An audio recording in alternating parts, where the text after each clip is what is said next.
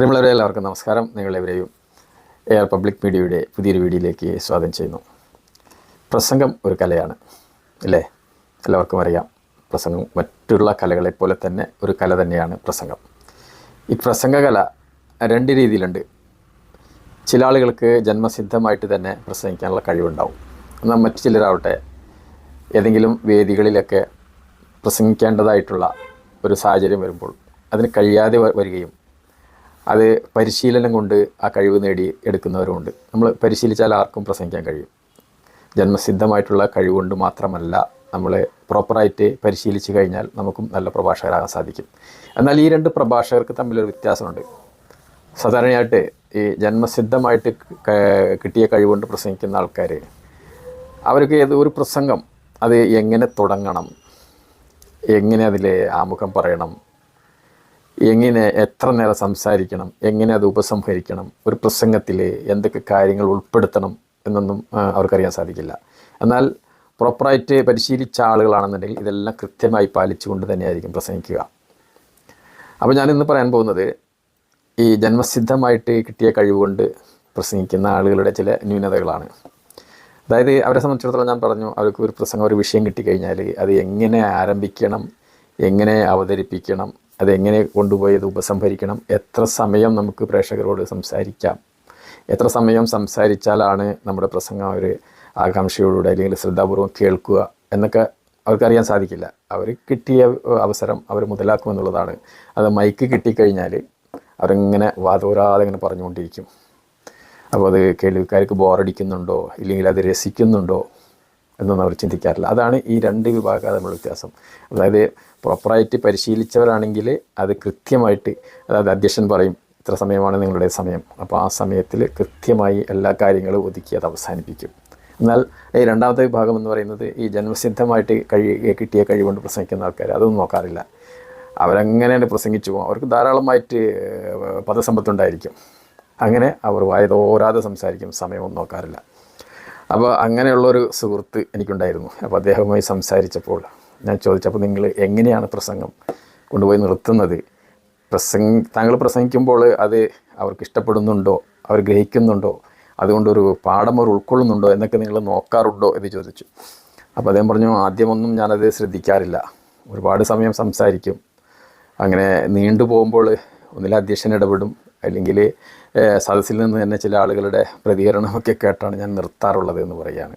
അപ്പോൾ അദ്ദേഹം അങ്ങനെ വന്നപ്പോൾ അദ്ദേഹം ഒരു പ്രസംഗം നിർത്തണമെങ്കിൽ സദസ്സിൽ നിന്നുള്ള പ്രതികരണം എങ്ങനെയായിരിക്കണം, ഏത് രീതിയിലുള്ള പ്രതികരണം കണ്ടാലാണ് തൻ്റെ പ്രസംഗം നിർത്തേണ്ടത് എന്നൊക്കെ പിന്നീട് അദ്ദേഹം തന്നെ മനസ്സിലാക്കിയെടുത്തു എന്നുള്ളതാണ്. അപ്പോൾ അദ്ദേഹം പറയുകയാണ്, അദ്ദേഹം ഒരു മോട്ടിവേഷൻ സ്പീക്കറും അതുപോലെ തന്നെ പല കുട്ടികൾക്കും ക്ലാസ്സൊക്കെ എടുക്കാൻ പോകുന്ന ആളാണ്.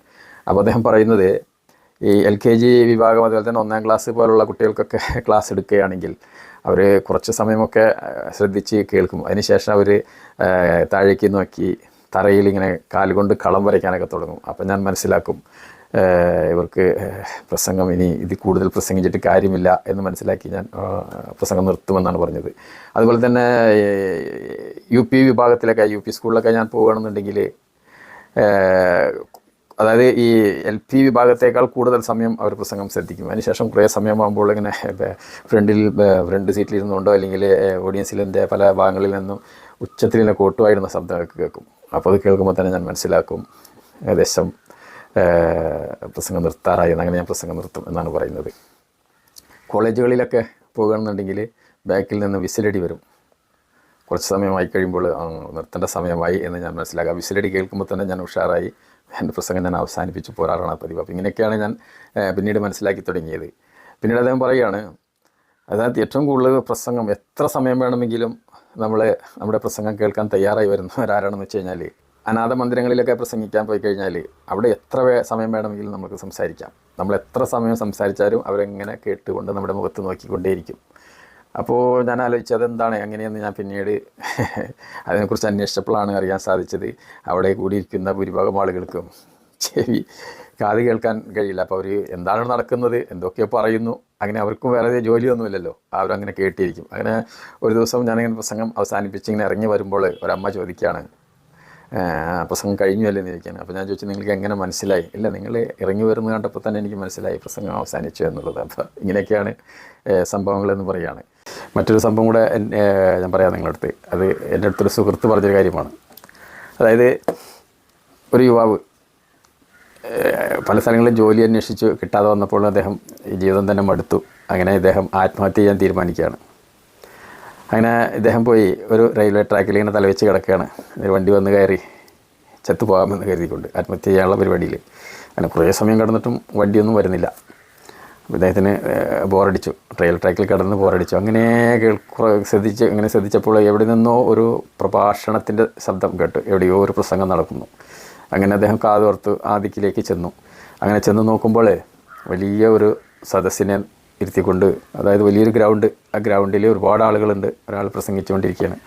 അപ്പോൾ എന്തായാലും വണ്ടി വരാൻ ഏകദേശം 1 മണിക്കൂർ 2 മണിക്കൂറൊക്കെ ഉണ്ടെന്നാണ് പറഞ്ഞത്.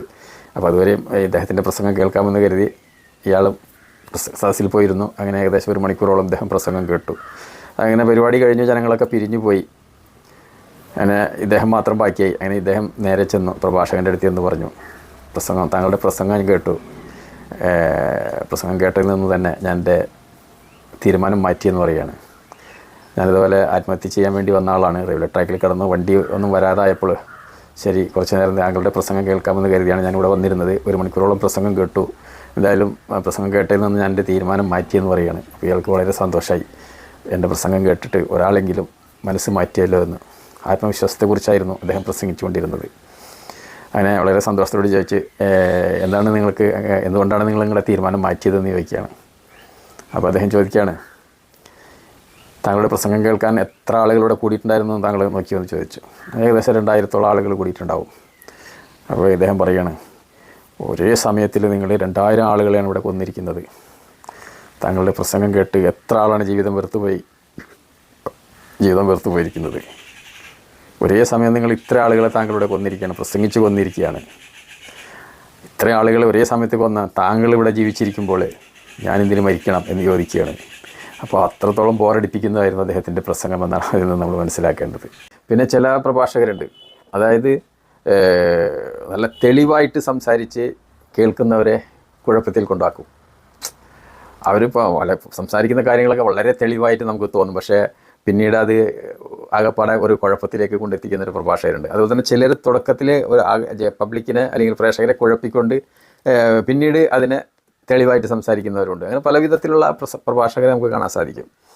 അപ്പോൾ അത് പറഞ്ഞപ്പോഴാണ് എനിക്ക് കാര്യം ഓർമ്മ വന്നത്. അപ്പോൾ അദ്ദേഹം ഒരിക്കലും ഒരാൾ പറഞ്ഞ ഒരു കാര്യം എനിക്ക് ഓർമ്മ വരികയാണ്. ഒരു സുഹൃത്ത് ഒരു ആട് ചന്തയിലേക്ക് പോകണം, ആടൊക്കെ വെക്കുന്ന ചന്ത, അവിടെ പോകണം, ആടിനെ വാങ്ങാൻ വേണ്ടി പോവുകയാണ്. അങ്ങനെ അവിടെ ചെന്നപ്പോൾ അവിടെ ഒരു വ്യാപാരി ഇരിക്കുന്നുണ്ട്. അപ്പോൾ ഈ വ്യാപാരിയുടെ സ്വഭാവം എന്താണെന്ന് വെച്ച് കഴിഞ്ഞാൽ എന്ത് കാര്യം സംസാരിച്ചാലും വളരെ തെളിവോടെ സംസാരിച്ച് തുടങ്ങി വരുന്നവനെ കുഴപ്പത്തിലാക്കുക. അതാണ് ഇയാളുടെ പ്രധാനപ്പെട്ട സ്വഭാവം. അത് അദ്ദേഹത്തിൻ്റെ ശീലമാണ്. അപ്പോൾ എന്ത് കാര്യം ചോദിച്ചാൽ നമ്മൾ എന്ത് ചോദിച്ചാലും തെളിവോടെ ചോദിക്കണം എന്ന് പറയും. നമ്മൾ തെളിവായിട്ട് സംസാരിക്കണം എന്ന് പറഞ്ഞുകൊണ്ട് സംസാരിക്കുന്ന ഒരാളാണ്. അപ്പോൾ ഈ ചന്തയിലേക്ക് വന്ന ആൾ ഇയാളോട് ചോദിച്ചു ഇവിടെ എത്ര ആടുകളുണ്ട് എന്ന് ചോദിച്ചു. അപ്പോൾ ഇയാൾ പറയുകയാണ്, നിങ്ങൾ വളരെ തെളിവായിട്ട് ചോദിക്കണം, കൃത്യമായിട്ട് ചോദിക്കണം. കറുത്താടാണോ വെളുത്താടാണോ നിങ്ങൾ ചോദിച്ചത്? ഇയാൾ പറഞ്ഞു കറുത്താട് എത്രയുണ്ട്? കറുത്താട് ഇവിടെ 50 ഉണ്ട്. ഓക്കെ, അപ്പോൾ വെളുത്താടും 50 ഉണ്ട് ഇവിടെ. അപ്പോൾ വന്ന ആൾ ചിന്തിച്ചു, അപ്പോൾ ഇയാൾക്ക് 100 ആടുണ്ടെന്ന് പറഞ്ഞാൽ പോരെ, കറുത്താട് ഇത്ര വെളുത്താട് ഇത്ര വരേണ്ട കാര്യം എന്താണ്? അപ്പോൾ ഇതാണ് ചിലരുടെ സ്വഭാവം. അത് കഴിഞ്ഞ് ഇദ്ദേഹം ചോദിച്ചു, ഒരു ആടിന് നമ്മൾ എത്ര കിലോ പുല്ല് കൊടുക്കണം, ഒരു ദിവസം എത്ര പുല്ല് കൊടുക്കണം എന്ന് ചോദിച്ചു. അപ്പോൾ ഇയാൾ വേണ്ടി ചോദിക്കുകയാണ്, ഞാൻ പറഞ്ഞില്ലേ ഞാൻ എന്തായാലും കൃത്യമായിട്ട് ചോദിക്കണം, തെളിവായിട്ട് ചോദിക്കണം. അപ്പോൾ ഇയാൾ ചോദിക്കുകയാണ് കറുത്താടാണോ വെളുത്താടാണോ ചോദിക്കുകയാണ്. അപ്പോൾ ഇദ്ദേഹം പറഞ്ഞ് കറുത്താടിന് എത്ര പുല്ല് കൊടുക്കണം? 10 കിലോ പുല്ല് കൊടുക്കണം. അപ്പോൾ വെളുത്താടിന് 10 കിലോ കൊടുക്കണം. ഇതെന്താ അയാൾ ഈ മറുപടി രണ്ടും ഒന്ന് തന്നെയാണ്, പിന്നെ എന്തിനാണ് ഇദ്ദേഹം കറുത്തത് വെളുത്തതെന്ന് ചോദിക്കുന്നത്? അദ്ദേഹത്തിന് പിടിയും കിട്ടിയില്ല. അങ്ങനെ അദ്ദേഹം ചോദിച്ചു, ഒരു ആടിന് എത്ര ലിറ്റർ പാല് കറക്കുന്നുണ്ടെന്ന് ചോദിച്ചു. വീണ്ടും ഇയാൾ ചോദിക്കുകയാണ് കറുത്താടാണോ വെളുത്താടാണോ, നിങ്ങളെന്താണ് കൃത്യമായിട്ട് ചോദിക്കാത്തത്? അപ്പോൾ ഇയാൾ ചോദിച്ചു കറുത്താടിന് എത്ര പാല് കറക്കും? 5 ലിറ്റർ പാല് കറക്കും ഒരു ദിവസം. അപ്പോൾ വെളുത്താട് 5 ലിറ്റർ പാല് കറക്കും. അത് ശരി. അപ്പോൾ അദ്ദേഹം തന്നെ ചോദിക്കാൻ, ഇത് രണ്ടും നിങ്ങളിപ്പോൾ പറയുന്ന മറുപടി ഒന്നും തന്നെയാണല്ലോ, കറുത്തതും വെളുത്തതും ഒരേപോലെ തന്നെയല്ലേ എന്ന് ചോദിക്കുകയാണ്. അപ്പോൾ ഇദ്ദേഹം പറയുകയാണ്, അതായത് ഈ കറുത്താടുകളെല്ലാം എതിർ വീട്ടുകാരൻ്റേതാണ്, അപ്പോൾ ഇദ്ദേഹം ചോദിക്കും വെളുത്താട് അതും എതിർ വീട്ടുകാരൻ്റേതാണ്. അപ്പോൾ ഞാൻ പറഞ്ഞു തന്നത് ഇത്തരത്തിലുള്ള ആളുകളുണ്ട്. അപ്പോൾ അവർ വിചാരം ഞാൻ സംസാരിക്കുന്നത് തെളിവോടെ സംസാരിക്കുന്നു എന്ന ഒരു ബോധ്യത്തിൻ്റെ പേരിലാണ് അവരങ്ങനെ സംസാരിക്കുന്നത്. വീഡിയോ ഇഷ്ടപ്പെട്ടെങ്കിൽ ലൈക്ക് ചെയ്യുക.